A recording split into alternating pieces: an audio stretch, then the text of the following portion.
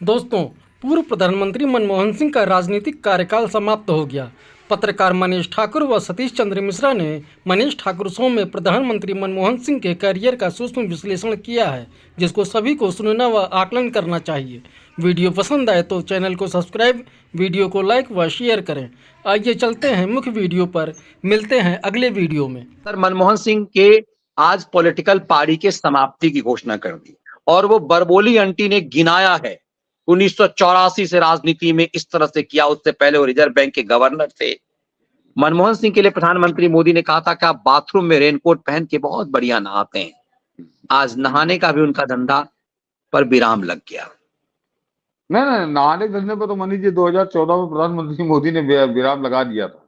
वो तो 2014 के बाद फिर नहाने का काम खत्म हो गया था। वो तो उनके प्रधानमंत्रित्व काल के लिए प्रधानमंत्री मोदी ने कहा था कि 10 साल आप जो है रेनकोट पहनकर बहुत बढ़िया आप स्नान करते थे। तो वो तो उनके उस कार्य क्योंकि कैसी लूट मार हुई, कैसा लाखों करोड़ों रुपया देश का लूटा गया और वो मिस्टर क्लीन ही बने रहे दिल्ली की दलाल मीडिया के लिए। बड़े काबिल, बड़े महान अर्थशास्त्री, महाअर्थशास्त्रियों के भी महाबाप एक तरह से अर्थशास्त्री का बता के और बहुत ईमानदार बता के उनको 10 साल ये ढोल बजाते रहे। जबकि मैं उस एक पे हम लोग कार्यक्रम कर चुके हैं कि वो इतने ईमानदार थे कि उनको प्रधानमंत्री के रूप में जो उपहार मिले थे विदेशी अतिथियों से, वो अपने साथ लेकर वो चले गए थे। उसमें चायदान और केटली दान दुनिया भर की चीजें थी, कालीन आलीन सब वो बटोर के ले गए थे। तो इतने ईमानदार वो थे जिसके लिए पड़ोस में इमरान खान जेल काट रहा है। इतना बेईमान देश में वो जेल काट रहा है जहाँ लूट मार की कोई इंतहा नहीं, वहां भी इसको वो पाप है तो उसको जेल हो गई। हमारे यहाँ सारा सामान वो लेके चले गए और कहीं वो बहुत ईमानदार, सबसे ईमानदार, इतिहास के सबसे ईमानदार प्रधानमंत्री इनको बता दिया इन दिल्ली के बेशर्म दलालों ने। तो वो तो खैर छोड़ दीजिए, लेकिन हाँ मनीष जी जो बड़ी अम्मा जो आज बता रही थी कि बड़ा ईमानदार गवर्नर वर्नर, तो अब जरा इतिहास बताता हूँ। आज मनमोहन सिंह की विदाई हिंदुस्तान के एक पाप की 50 साल के पारी की विदाई। पाप मैं कह रहा हूँ बहुत सोच समझकर, और अभी बताता हूँ मैं पाप क्यों कह रहा हूँ। ये 50 साल की पारी इस आदमी ने खेली है। पहले नौकरशाह के रूप में, बाद में राजनेता के रूप में, 30 साल से, हाँ 91 से 2024 चला 33 साल राजनेता के रूप में और 17 साल नौकरशाह के रूप में, दिग्गज नौकरशाह के रूप में। ये छोटा मोटा मनीष जी आज में 72-73 में हिंदुस्तान का चीफ इकोनॉमिक एडवाइजर था, मुख्य आर्थिक सलाहकार। और आपको मालूम है उस समय इनकम टैक्स क्या वसूला जा रहा था, जो बताती है कांग्रेस। और अभी तो मनमोहन सिंह जीवित हैं और उन्हीं की कस्में खा खा के कांग्रेसी दुआई देते कि मोदी लूटे ले रहा हो और जीएसटी 18% जीएसटी लग गया, लूट लिया। जरा मनीष जी कभी कोई जिक्र नहीं करता, खासकर ये जो 5 से 11 लगा के काजल लिपस्टिक बैठते हैं, इनको तो कोई लेने देना नहीं इससे। जरा पता करिएगा कि सन 72-73 में जिस समय माननीय अर्थशास्त्री महोदय मनमोहन सिंह देश के वित्त मंत्री हुआ करते थे, उस समय जो मैक्सिमम लिमिट थी इनकम टैक्स की, 1 लाख के ऊपर अगर आपकी इनकम है सालाना तो आपको टैक्स देना था 80%। और अगर आप 1 से 2 लाख के बीच में 80% तो आप इनकम टैक्स आपसे ले लेती थी सरकार। और अगर आप 2 लाख के ऊपर पहुंचे, अगर 2 लाख के ऊपर आपकी इनकम है तो 85%, तो 85% इनकम टैक्स आप देते थे। और उसमें जो दुनिया भर के सरचार्ज लगा रखे थे, ये सरचार्ज वो सरचार्ज, उसको मिलाकर वो इनकम टैक्स आपको देना पड़ता था करीब करीब 92%। यानी 100 रुपए आप जो कमाते थे तो 92 रुपए सरकार ले लेती थी, ये कांग्रेस। और ये राहुल गांधी की दादी जो बता दें मेरे बाप दादों ने, तो जरा बताता हूं। तो और ये मुख्य आर्थिक सलाहकार यही महाशय हुआ करते थे, माननीय मनमोहन सिंह। और और जरा एक और कारनामा इनका सुनिए, कितने काबिल है, जिनको जो बड़ी अम्मा आज काबिल के बारे में बता रही थी कि बड़ा काबिल था। तो जिस समय बात सन 73 में आदमी मुख्य आर्थिक सलाहकार था, तो मनीष जी महंगाई दर जो है जिसको इन्फ्लेशन रेट कहते हैं 22%, सन 73-74 में 20%, और 75 जब जिस समय इमरजेंसी लगाई है उस समय इन्फ्लेशन रेट था 25%। तो महंगाई कहाँ थी, इसीलिए वो मनोज कुमार की पिक्चर का गाना आज भी बड़े उससे सुना जाता है, जिसमें कहते थे कि बाकी कुछ बचा तो महंगाई मार गई वो कव्वाली, आज भी उतनी लोकप्रिय जितनी उस समय हुई थी।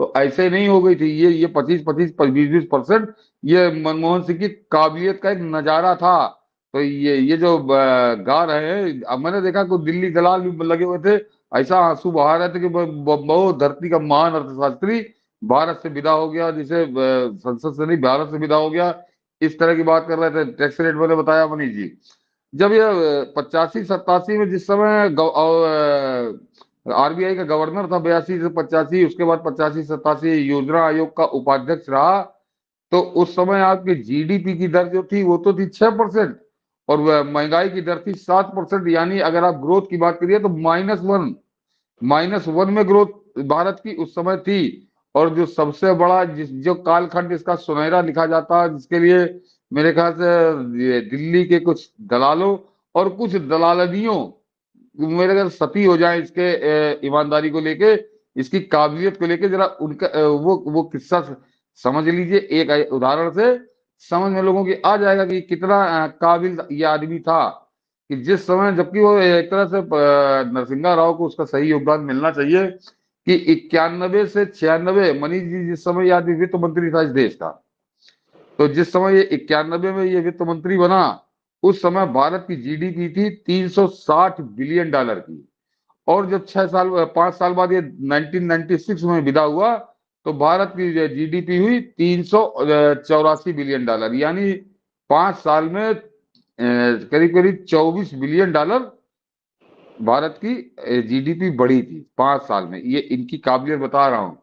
और उसी उसी 5 साल में 91 में चीन की जो थी वो भी बनी, मतलब 91 में हम भी 360 बिलियन डॉलर में थे और चीन भी 360 बिलियन डॉलर में था, और हम 360 से बढ़ के 384 बिलियन डॉलर पहुंचे, 24 बिलियन डॉलर बढ़े। और आपको ताजुब होगा कि मनीष जी जो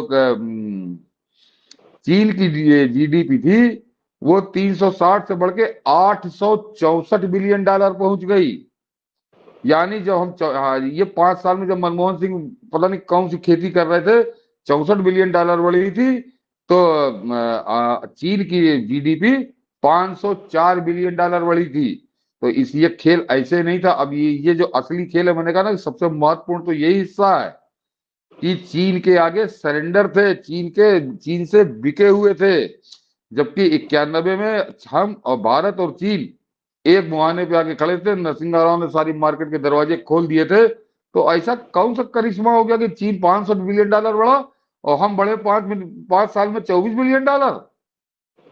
तो ये इनकी मैं काबिलियत के मैंने नमूने कुछ बताए। और एक और मनीष जी की ये आदमी 2004 में प्रधानमंत्री क्यों बनाया गया था, ये इसका रहस्य कभी कोई मतलब जिक्र ही नहीं होता। ये और इसको इसने खुद बताया हो, तो प्रणब मुखर्जी से इसने खुद ही कहा कि मुझसे काबिल ज्यादा तो प्रणब दा थे, लेकिन सोनिया मुझको बनाना चाहती थी। क्यों बनाना चाहती थी, ये तो इसका रिपोर्ट कार्ड है जो मैंने अभी आपको पढ़ के सुनाया, चाहे जाके चेक कर लीजिए गूगल में। उसका कारण था मनीष जी कि 91 में जब नरसिंहा राव ने इसको बनाया वित्त मंत्री, तो जो पहला बजट, याद करिए कि उस समय क्या हालत खराब थी कि भारत सोना गिरवी रख के आया था। और पहले बजट में इसने एक प्रस्ताव रखा था कि राजीव गांधी फाउंडेशन को, जिसका सब कुछ गांधी परिवार उसमें होता है, कि अगले 5 साल में राजीव गांधी फाउंडेशन को सरकार 100 करोड़ रुपए देगी, 100 करोड़ रुपए। और ये 1991, आज से 33 साल पहले, यानी आज की तारीख में हजारों करोड़ उस समय सोना जो था 3-3.5 हजार रुपए तोला हुआ करता था, आज 63 हजार रुपए तोला है। तो अगर आप उसको 20 गुना भी मान लीजिए तो 2000 करोड़ रुपया ये इसने प्रस्ताव दिया था। और ये जो नरसिंहा राव की लाश को कांग्रेस के दफ्तर के अंदर नहीं जाने दिया और दिल्ली में नहीं जलाने दिया, वो कहानी इसी मनमोहन सिंह की करतूत में छुपी हुई है। और इसीलिए उसने विरोध भी नहीं किया जब नरसिंहा राव की लाश अपमानित की गई, क्योंकि जब वो 100 करोड़ रुपए का प्रस्ताव बना के पहुंचा तो नरसिंहा राव ने मना कर दिया और जबरदस्त विरोध इसका हुआ। तो ये 100 करोड़ दान तो नहीं कर पाया, लेकिन सोनिया गांधी के नंबर बढ़ गए। यार ये तो वित्त मंत्री रहते हुए जब बुरी हालत है इस देश की, तब ये 100 करोड़ रुपया दान कर रहा, तो ये प्रधानमंत्री बन जाएगा तो कैसा दान करेगा। तो जब ये प्रधानमंत्री बना तो इसने रेन कोट पहन के 10 साल नहाया, जिसको प्रधानमंत्री मोदी ने बताया। तो ये खेल हैं। और आज मैं देख रहा था कुछ ऐसे दलाल आंसू बहा रहे थे कि बड़ा महान, बड़ा सीधा, बड़ा ईमानदार व्यक्ति अब राजनीति से विदा हो गया। तो कतई नहीं, सन 73 का मैंने गिनाना शुरू किया तो एक पाप जो 50 साल तक इस ग्रहण बन के इस देश की अर्थव्यवस्था को चाटता रहा, दीमक की तरह चाटता रहा, उससे आज देश को मुक्ति मिली। हालांकि मुक्ति तो प्रधानमंत्री मोदी ने 2024 में ही मुक्त कर दिया था कि अब जाओ, फ्री हो जाओ, जो तुम्हें करना करो।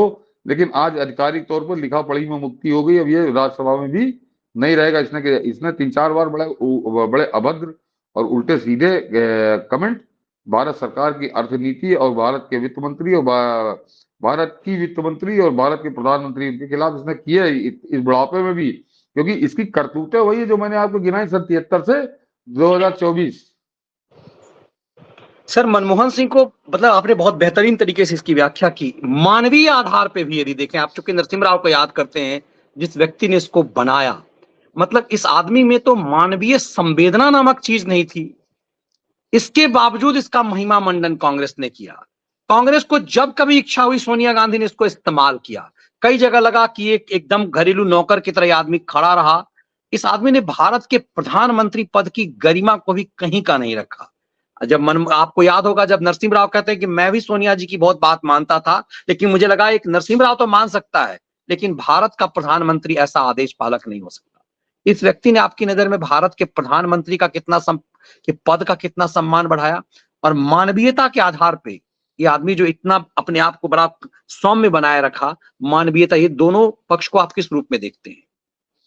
मनीष जी, मैं इस आदमी से 1000 गुना ज्यादा बेहतर प्रधानमंत्री HD देवगौड़ा और इंद्र कुमार गुजराल को मानता हूं कि उन्होंने भी कुछ स्वाभिमान के साथ और वो लोग रहे, बड़े छोटे छोटे कालखंड के लिए रहे या 4 महीने के लिए चंद्रशेखर रहे, वो इससे ज्यादा बेहतर सम्मान से, स्वाभिमान से रहे। इस आदमी ने तो उस प्रधानमंत्री पद का जो स्वाभिमान होता है, जो सम्मान होता है, उसको रौंद दिया। जरा अब ये बहुत हमारे यहाँ तो बड़े अलग विमर्श रहता है आम आदमी का, कि जरा गौर करिए कि जिस समय नरसिंहा राव की लाश को दिल्ली कांग्रेस के अंदर दफ्तर के अंदर नहीं जाने दिया गया, सड़क पर खड़ी रही वो लाश एक आधे घंटे वो गाड़ी, और उसके बाद दिल्ली में उसका दाह संस्कार नहीं होने दिया, केवल सोनिया गांधी की जिद के कारण, एक इटालियन कारण, तो ये आदमी गूंगा बना रहा। इस आदमी की कोई औकात नहीं थी, टके का 3 था ये। इस आदमी को देश का वित्त मंत्री बना के अगर किसी आदमी ने सम्मान दिया था तो नरसिंहा राव ने दिया था। इस आदमी को राजनेता किसी ने बनाया था तो नरसिंहा राव ने बनाया था, और जिसके लिए इसको बड़ा महिमा मंडित किया जाता है कि वो उदारीकरण और लिबरलाइजेशन, तो उस दौर की जरा अखबारें पढ़िए, किताबें पढ़िए, रिपोर्टें पढ़िए कि वो बदौलत नरसिंहा राव के थे। नरसिंहा राव ने कहा था सारा जहर पी लूंगा, लेकिन देश को निकालना है तो इसको लागू करो उदारवाद की नीति। और ये कितना काबिल था कि वो मैंने अभी आपको बताया कि उसी दौर में 360 बिलियन पे हम और 360 बिलियन पे चीन, और चीन बढ़ा $500 बिलियन और हमको बढ़ाया इसने $24 बिलियन। तो ये इतना अकर्मण्य, इतना नाकाबिल आदमी, और उसके जिसने इसको राजनेता बनाया, एक तरह से इसका पॉलिटिकल कैरियर का जन्मदाता, वो उसकी लाश को ये अपमानित होते हुए देखता रहा, ये गूंगा बना रहा। तो ये तो है इसका मान सम्मान, स्वाभिमान, जो प्रधानमंत्री कुर्सी के पे बैठने के बावजूद शून्य पे था। और ये ईमानदार कितना था, तो वो मैंने बताया कि वो तो RTI की रिपोर्ट में जाहिर होगा कि जिस समय रिटायर हो गया तो लुटिया थरिया थाली चम्मच बतौर कालीन और लैंप पोस्ट ये सब उठा के ये ले गया अपने साथ, जो कायदे से इसको नहीं ले जाना चाहिए था। तो ये इतना ईमानदार था ये। इसीलिए इसको समझना बहुत जरूरी, चूंकि आज बहुत महिमा मंडन हो रहा था ईमानदारी की, नैतिकता की, तो इतिहास मनमोहन सिंह को कैसे याद रखेगा